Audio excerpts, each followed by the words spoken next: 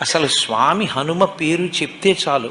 బుద్ధిర్యశో బలం ధైర్యం నిర్భయత్వం అరోగత అజాడ్యం వాక్పటుత్వం చ హనుమత్ స్మరణాత్ లభేత్.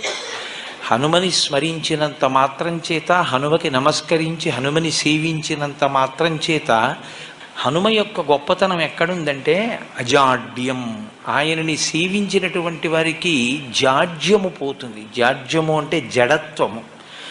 జడత్వము అన్న మాటకు అర్థం ఏమిటంటే స్పందన శక్తిని కోల్పోవడం. శ్రీరామాయణంలో రామచంద్రమూర్తిగా శ్రీ మహావిష్ణువు వచ్చే ముందే బ్రహ్మదేవుడు అనేక మంది దేవతల్ని శాసించాడు. రావణ సంహారం అంటే అంత తేలికైన విషయం కాదు. నరవానరముల చేత సంహరింపబడడు కనుక, ఆయన నరవానరముల చేత సంహరింపబడనని వరం అడగలేదు కనుక మీ అందరూ కూడా వానరాంశలలో వెళ్ళండి అన్నాడు.